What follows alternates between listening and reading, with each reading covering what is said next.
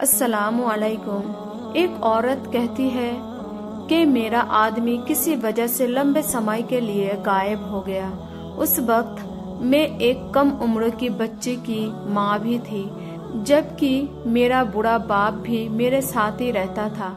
हमारी गुर्बत और मुफलिस बहुत ज्यादा थी और अक्सर हमारे घर में खाने को कुछ भी नहीं होता था। अगर हम दिन में कुछ खा लेते तो रात में हमें भूखा ही सोना पड़ता था। सब्र के साथ हम लोग हर हाल में अल्लाह का शुक्रिया अदा करते थे। एक रात तो भूख और प्यास ने हमारा ऐसा इम्तिहान लिया कि इससे पहले कभी भी नहीं लिया था। मेरी बेटी को बहुत तेज बुखार आ गया था। बच्ची का बुखार इतनी तेज था कि मैं और मेरे वालिद अपना भूख प्यास सब भूल गए। ऐसी बेवासी और लाचारी इससे पहले कभी भी नहीं देखी थी। बेकरारी जब हद से ज्यादा बढ़ गई तो मुझे अल्लाह ताला की वो कल याद आ गई कि भला कौन बेकरार की सदा कबूल करता है। जब वो उससे दुआ करता है तो कौन उसकी दुआ कबूल करता है। जी हाँ, कौन है जो भूख, बीमारी, दुख, तकलीफ, परेशानी, मुसीबत को दूर करता है। ये सब सोचकर जब मैं सुबह को उठी और वजू किया, पानी से पट्टी भिगोकर बच्ची के सर रखी, अल्लाह के हुजूर नमाज के लिए खड़ी हो गई। 2 रकात नमाज पढ़ने के बाद हाथ उठाकर बच्ची के लिए दुआ की और फिर उसके माथे से पट्टी उतारकर दोबारा पानी से भिगोकर रखी और फिर नमाज के लिए खड़ी हो गई। नमाज के बाद एक बार फिर बरगाह इलाही में हाथ उठाया। दुआ के बाद फिर से पानी की पट्टी बदली और दोबारा नमाज के लिए खड़ी हो गई।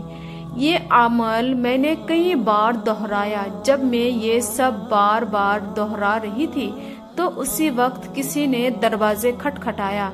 मेरे वालिद और मैं हैरान हो गई कि भला इतनी रात को कौन आ सकता है। मेरे वालिद ने पूछा कि दरवाजे पर कौन है, तो बाहर से आवाज आया कि मैं डॉक्टर हूँ। ये सुनकर मैं और मेरे वालिद एक दूसरे को हैरान होकर देख रहे थे और सोच रहे थे कि भला इसको किसने बुला लिया। फिर मेरे वालिद ने दरवाजा खोला। डॉक्टर ने आते ही पूछा कि मरीज किधर है। हमने सादगी से बच्ची की तरफ इशारा कर दिया। डॉक्टर ने बच्ची को चेक किया, फिर कागज पर दवा लिखकर मेरे हाथ में रखते हुए बोला, लाइए मेरी फीस लाइए, मैं अब चलता हूँ। मैंने धीरे से डॉक्टर से कहा कि डॉक्टर साहब, मेरे पास आपको देने के लिए पैसा नहीं है, बल्कि हमारे घर में तो कई दिनों से खाना भी नहीं है। मेरा ये जवाब सुनते ही डॉक्टर गुस्से से बोला कि अगर तुम्हारे पास मुझे देने के लिए पैसा नहीं है तो मुझे आधी रात को फोन करके क्यों बुला लिया, मेरी नींद क्यों खराब की। तुम लोगों ने डॉक्टर के मुंह से टेलीफोन की बात सुनकर मुझे लगा कि डॉक्टर शायद गलती से हमारे घर में आ गया है। मैंने हिम्मत करके डॉक्टरों को जवाब दिया कि डॉक्टर साहब, हमने आपको फोन करके नहीं बुलाया है, बल्कि हमारे पास तो टेलीफोन भी नहीं है। ये सुनकर डॉक्टर ने मुझसे पूछा कि अच्छा, क्या ये मंसूर का घर नहीं है? तो मैंने जवाब दिया, नहीं डॉक्टर साहब, मंसूर का घर तो हमारे बराबर में है। ये सुनकर डॉक्टर थोड़ा खामोश हुआ, फिर हमारे घर से निकलकर हमारे पड़ोसी के घर चला गया और हम शर्मिंदगी से खामोश बैठे रहे।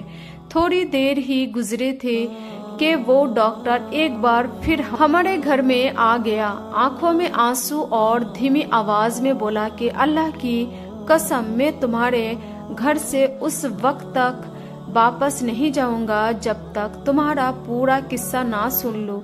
तो मैंने उस डॉक्टरों को अपना पूरा किस्सा सुना डाला कि किस तरह मैं बच्ची के सर पर पानी की पट्टियां रख रही थी, अल्लाह से दुआ मांग रही थी। डॉक्टर जल्दी से उठा और बाहर चला गया और हमारे लिए रात का खाना, बच्चे की दवाइयाँ और कुछ घर की जरूरतों का सामान लेकर आ गया और उसने हमें ये कहा कि उसकी तरफ से हमें हर महीने कुछ पैसे उसको उस वक्त तक मिलते रहेगी जब तक अल्लाह ताला चाहेंगे। प्यारे दोस्तों, ऐसे ही इस्लामिक वाक़या सुनने के लिए इस चैनल को लाइक, शेयर एंड सब्सक्राइब जरूर करें।